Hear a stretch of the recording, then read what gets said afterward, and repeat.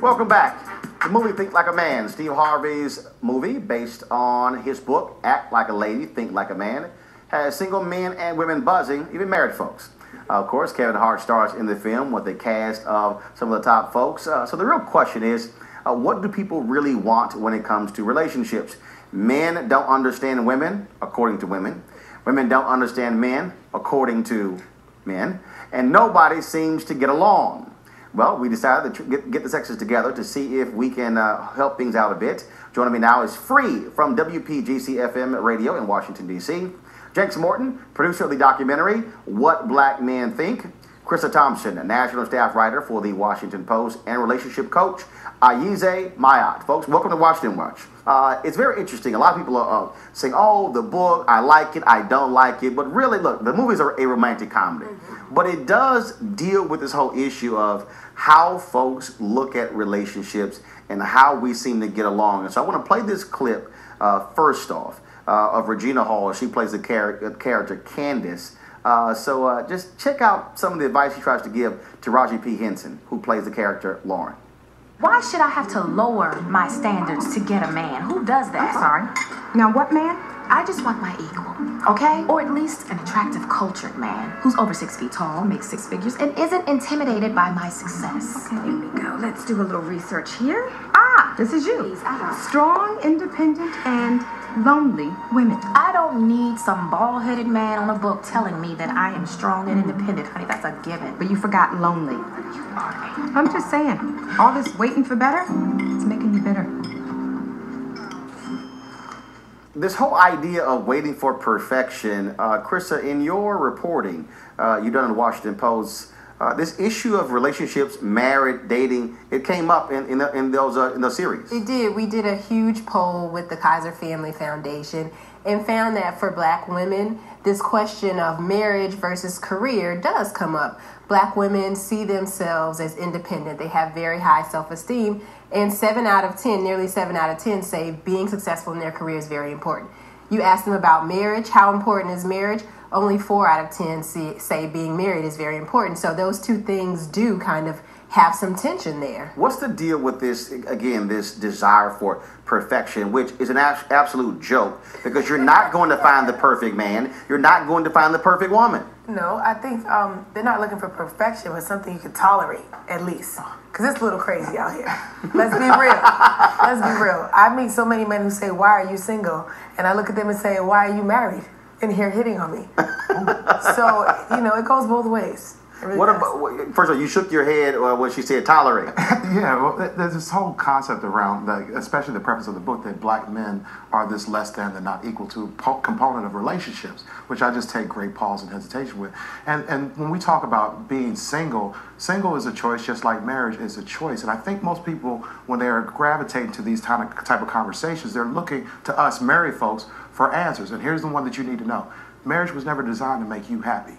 And too often in the confines when you're single, you're looking for validation, wholeness, completeness, and all these other things from another individual. You're going to come up short every time. I always ask this question when I'm talking to sisters, and this whole perfection question comes up. And I always ask them this very difficult question, which actually is real simple. Okay. According to your perfection and your list, would your daddy make the list? Not only should you ask the question, would your daddy make the list, but would you make your own list? I think that right there is a pivotal point, because women today are coming to relationships very fragmented, very fractured, and they're looking for this ideal man. But the reality is that they have to work on themselves first in order to be ready to receive a mate when a mate comes their way. Now, there are some things that jump out at me when I look at some sorry dudes. And in the movie, this is a perfect example of what drives me crazy with some guys.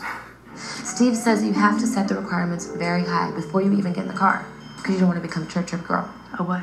Chirp chirp. He just hits the locks and you hop in. He don't even have to open the door. It's open. It's open. I don't go out on dates with guys who don't open the door for me. Really? Really? Seriously? Yes. Oh, man.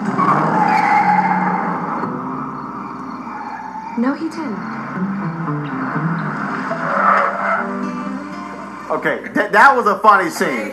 The funny scene. But what I'm shocked is he actually went to the door, because what kills me are cats today who will honk the horn. And I'm serious. I have 9 nieces. Okay. I will hurt some little young punk who honk a horn. Just letting you know.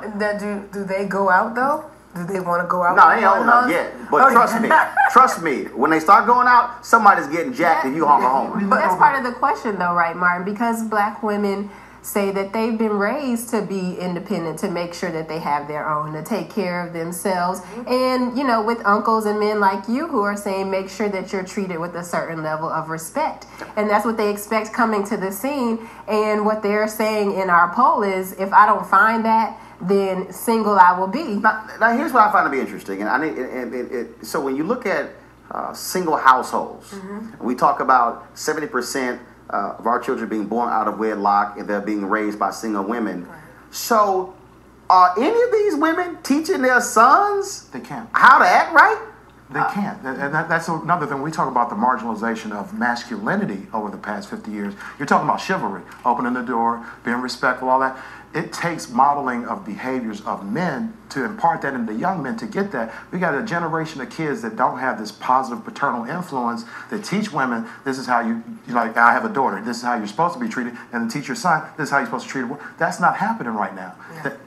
It goes by what you see and what you experience as you grow up. The guy has to be like my dad. My dad is loyal. He's a family man. Even though him and my mom divorced when I was 11, he never went missing. He's still here. And so I happen to have great role models as men in my life. So I'm lucky for that, but everybody doesn't have that. Yeah, the other thing, too, is that a lot of these single mothers out here, they actually grew up in homes where the father wasn't around as well. So there was no model for them. So how can you expect them to actually teach their sons to behave appropriately when they didn't have the appropriate models around? We did a couple of shows on the whole issue of manhood with Bishop T.D. Jakes at the Potter's House in Dallas.